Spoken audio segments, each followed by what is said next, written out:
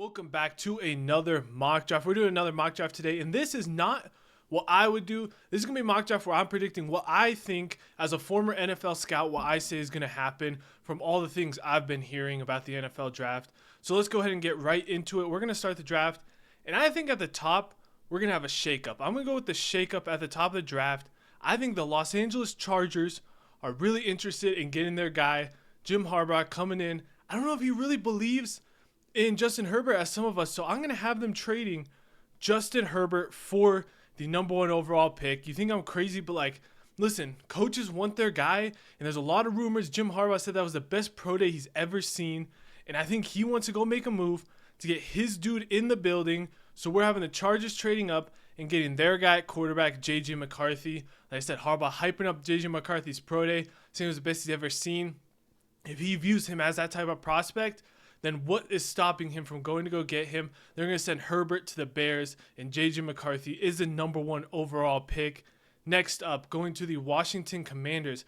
Washington Commanders here are kind of in a situation where their team is just, they have a lot of holes and a lot of things they need. So I think they need to just get the best player in the draft. And I think people overrate position value sometimes, and sometimes you just got to get who is the best player in the class for their position, regardless of position value and all that stuff. And for me, that's Brock Bowers. So I'm going to have the Washington Commanders getting arguably the best pure player at their position in this draft class in Brock Bowers.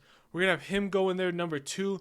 Now, pick number 3, we have the New England Patriots. And the Patriots really haven't had a lot of great quarterbacks in their history. So I think this is a perfect draft for them. They've had a rough history of New England just never having that true quarterback one on their team. They've been a franchise that's really struggled to get that guy, and I think they finally get that guy in Caleb Williams. They've had tons of years of hardship, not winning anything. They finally get their dude Caleb Williams to come in, be that generational type quarterback, take over, and really take this team to the next era of the Caleb Williams, where he'll probably go down as the best quarterback in Patriots history after it's all said and done. Next up, we got the Arizona Cardinals. I'm trying to speed through this thing, get through it so you guys can see what you think is going to happen. But next up, the Arizona Cardinals. I think the Cardinals kind of made it obvious getting rid of Marquise Brown and everything. I think they're going for the best receiver available. And for me and everything I've been hearing at the NFL Combine, the best receiver I think is pretty obvious. I think everyone knows who the number one receiver in this draft class is. It's Xavier Worthy. I mean, he broke the NFL Combine record. I don't think there's really much else to argue. I mean, he broke the NFL Combine 40-yard dash record. I don't see how he's not the top receiver in this draft class. So we got him going forward. The Cardinals that desperately need receiver help. Next up, we're back at the Chargers. You see, the Chargers kind of got a theme, They got their quarterback now, J.J. McCarthy, and all we've been hearing throughout the offseason is that they want to run the ball. They want to build up the lines and run the ball. They lost Austin Eckler, so they need a running back. And Jim Harbaugh is going to go the well where he knows he's a hell of a running back. They're going to go ahead and get themselves Blake Corum. Jim Harbaugh knows Blake Corum's a hell of a running back. He knows his style. He'll be able to slide right in and fit in with this offense that wants to pound the rock in Los Angeles now. And I think it's just a perfect fit, and I think that's about where Blake Corum's going to go in the draft, so I think it fits perfectly.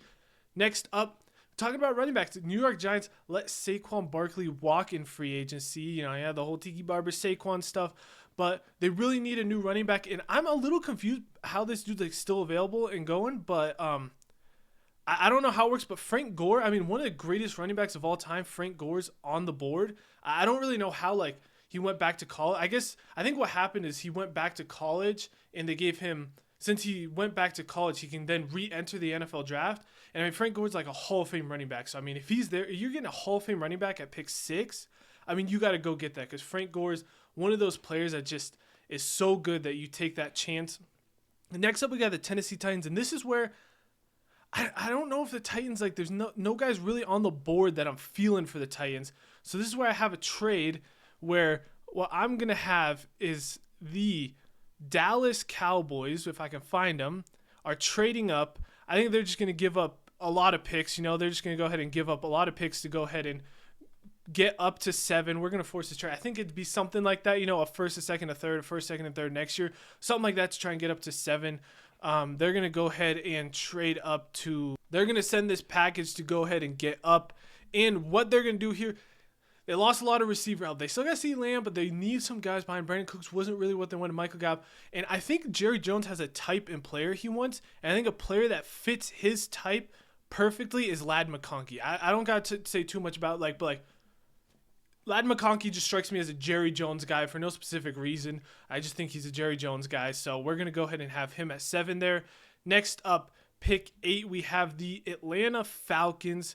I think so. The Atlanta Falcons go out and sign Kirk Cousins, and I think after they signed Kirk Cousins, they had some dudes go and watch some Kirk Cousins film, and I don't know if they're feeling great about that Kirk Cousins signing anymore. So I think they want to make sure they have their quarterback of the future. I think they finally watched Kirk Cousins. They're getting a little scared about him. He's throwing all these chains on. Like, you know what? Maybe we need to hedge our bet on Kirk Cousins and draft a quarterback. And I mean, I don't know how this dude's going so low, but like, Joe Milton, did you see Joe Milton's throw as his pro days? Like, this dude's chucking like 70 yards. How do you pass on a dude that can throw like 70 yards at pick 8 in the draft? I mean, have you seen Joe Milton's arm? It's just insane to me that people are so low on him. I think he could easily be quarterback 1 in this draft class. But so getting him at pick 8 is a steal. He'll probably start over Kirk Cousins week 1. I mean, just because like, can Kirk Cousins throw 70 yards? No. So like Joe Milton, I think that's just the easiest pick of the draft here. Now at pick number 9, we have the Chicago Bears. Looking at the Bears and some of their weaknesses and where I think they can target, I feel like I've heard from a lot of Bears fans that they're not really happy with their corner group. I think they don't really like a lot of the corners they have on their roster. So I think they definitely need to attack corner. And one guy that like I don't really watch a lot of college football, but like this dude was like a top 10 pick in way too early mock drafts. Kalen King. I haven't seen any Penn State, but like dude's a dog. I don't know how he's so low. So we're gonna go with Kalen King. I mean, I watching that tape from Penn State from last year, man, he was a stud. Like I said, I didn't watch Penn State this year, but I assume it couldn't be that bad. So we're gonna have him go in there, get yourself a hell of a corner at pick 9 because the Bears don't really like their corners, and I know all the Bears fans are clamoring to take a corner in the top 10, so we're gonna go there. Kalen King. Next up, pick 10. I feel like this one more. You guys might like. I feel like you can't really criticize me for a lot of my earlier picks. This one I can understand a little bit of criticism for. But for me, when I'm just thinking about the jump, I'm thinking, okay, athletes. Joe Douglas coming over from Philly. They like their athletes. I'm thinking athletes is someone who just fits the vibe of the team. And I think I found the perfect dude for the Jets that kind of fits the vibe of the team.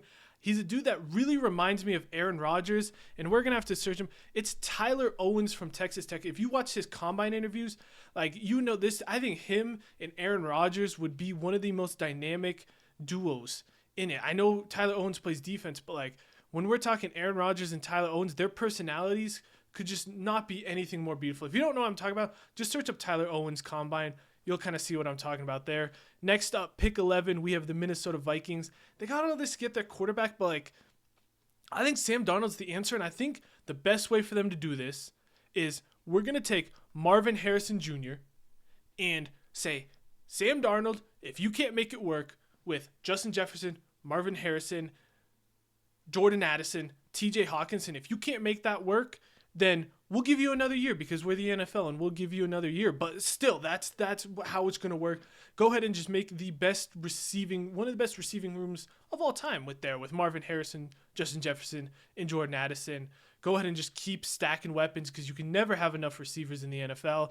Next up at pick 12, I mean, you guys already know where I'm going with this pick. I've been saying this every single mock draft. They're going to get their quarterback, and I mean, like, looking at the quarterback board, it's obvious where I'm going to go, right? Like, this dude had a hell of a season last year. I mean, his team, didn't go as far as they liked, but, like, listen, this dude's got a great arm. He's a nice prospect that everyone loves. It's going to be Bo Nix, the Oregon Duck. Everyone knows Bo Nix is going to be a Bronco. I'm going to keep speaking it into existence. It's going to happen. I've said every mock draft. I'm not wavering. Bo Nix will be a Bronco. Next up, pick 13. This is where I have another fun trade. I think this receiving class is it's a very good receiving class, and I think teams are going to be wanting to jump up the board to get themselves the receiver. And a team that really needs a receiver is the Pittsburgh Steelers. So I'm going to have the Pittsburgh Steelers trading up to pick 13. I think going from 20 to 13 is just going to be like a 2025 7th-round pick. So we'll just go ahead and force this trade in.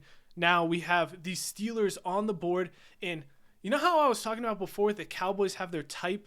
More Jerry Jones has his type with players, and that's why they got Ladd McConkey. Another fit that I think is perfect in this class is like when you think about Steelers receivers, especially from last year, when you think about Steelers receivers, what do you think of?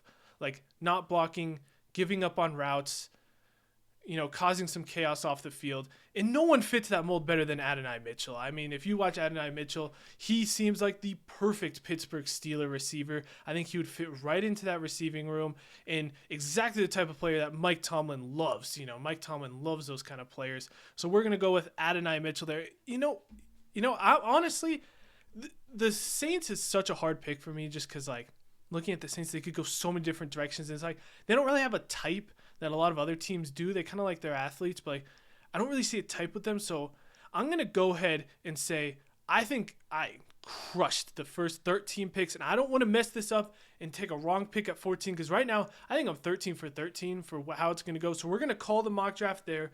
If you guys want the second half of the draft, let me know in the comments and I'll drop the second half. But this is the first half for now. If you guys get this video to like 2 likes, I'll go ahead and drop the second half of this. Maybe. We'll see. But thank you for watching. Like, subscribe, do all that if you enjoyed the video. And I'll see you for the next one. And happy April Fools.